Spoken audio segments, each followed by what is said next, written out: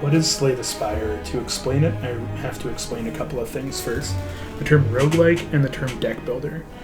Roguelike games are a type of game where you go through procedurally generated levels to get as far as you can, where you either complete the game or die and start again trying to get farther.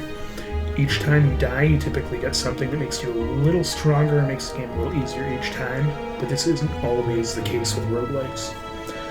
Deck builders are a game style where you start with a base deck of cards, both attack and defense cards, depending on the game, and you gain cards by defeating enemies or by some other means. Slay the Spire is a great example of both of these game styles. In the beginning of Slay the Spire, you only have access to the standard mode, which is just a regular quest through Slay the Spire's standard game type. Daily Climb is your multiplayer component to the game, which has a ladder where you try to beat somebody else's score. You have one character that you do this run with, and there are certain modifiers to make it competitive for other people. After you complete a game of Daily Climb, you gain access to custom games, which allows you to add additional things to it. You have gained access to 4 characters. The starter is the Ironclad, which has Burning Blood. At the end of each combat, heal for 6 HP. The next class that you come across is the Silent. The Silent is kind of like your ranger or rogue type character.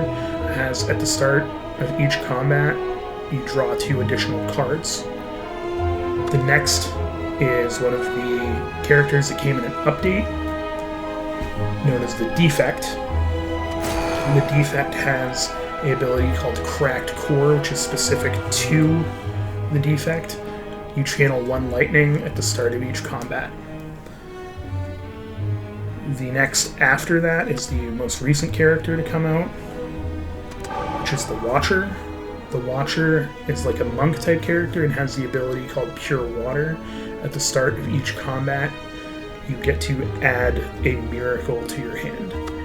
The only character that you have access to in the beginning of the game, however, is the Ironclad. So the Ironclad is kind of like your warrior-esque character.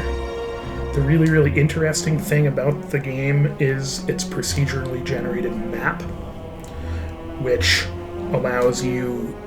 gives you 4 different lanes that you can travel. Each of these lanes moves you closer to the top of the level of the spire that you were on, which is trying to get you closer to fighting the boss of the spire at the time, indicated by the big picture at the top. There are 2 different types of enemies on the map. One is looking like a regular demon. The other is the one with larger horns. Those are called mini-bosses.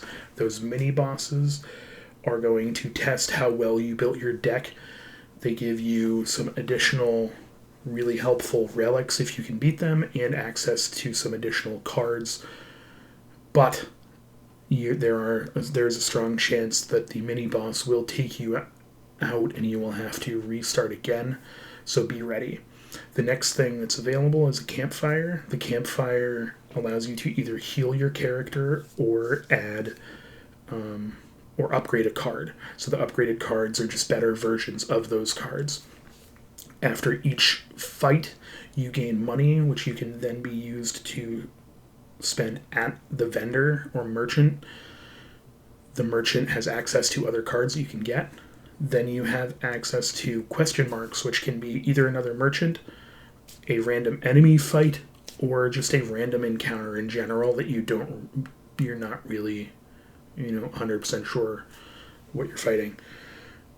When you get to that battle with the boss of the level of the Spire, be ready, because it's going to test how well you built your deck, and some of the bosses can be extremely, and I'm going to emphasize, extremely punishing for certain builds of decks. So you just kind of have to be prepared to die, which is kind of the whole basis of the game, which ends up making the game more fun, for me at least. But I can understand where some people might get a little frustrated with it. on each subsequent run that you make in the game, you're going to meet a different character called the Whale, or at least that's what I'm going to call him because I don't see the other half of him and he kind of looks like a whale. The Whale gives you access to 4 different potentially like upgraded abilities for a few turns to make your run through the Spire a little easier. These come at kind of a drawback for some of them, like taking a bunch of damage to get a rare card or losing your starting ability to get a random one from a boss. You don't actually know which ones these are going to be. Typically for me, I either go with the top 2 because you take no damage. You either get rid of a card from your deck. When you start to know the game a little bit better, removing a card from your deck is extremely helpful. And then enemies having 1 HP is extremely helpful as well because that gives you the ability to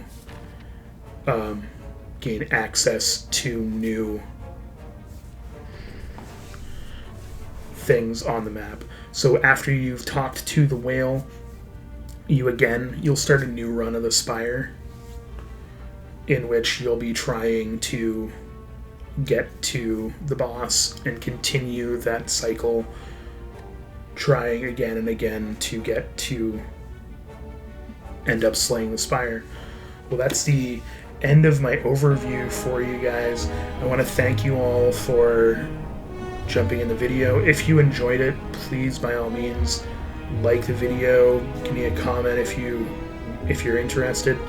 You can get the game on both Steam and the Nintendo eShop. All of my social media links are in the description down below. I stream on Twitch every Wednesday, Friday, and Saturday, 4 p.m. Eastern Standard Time. And thank you all very much for tuning in. I look forward to seeing you in the next video or having you guys catch the streams.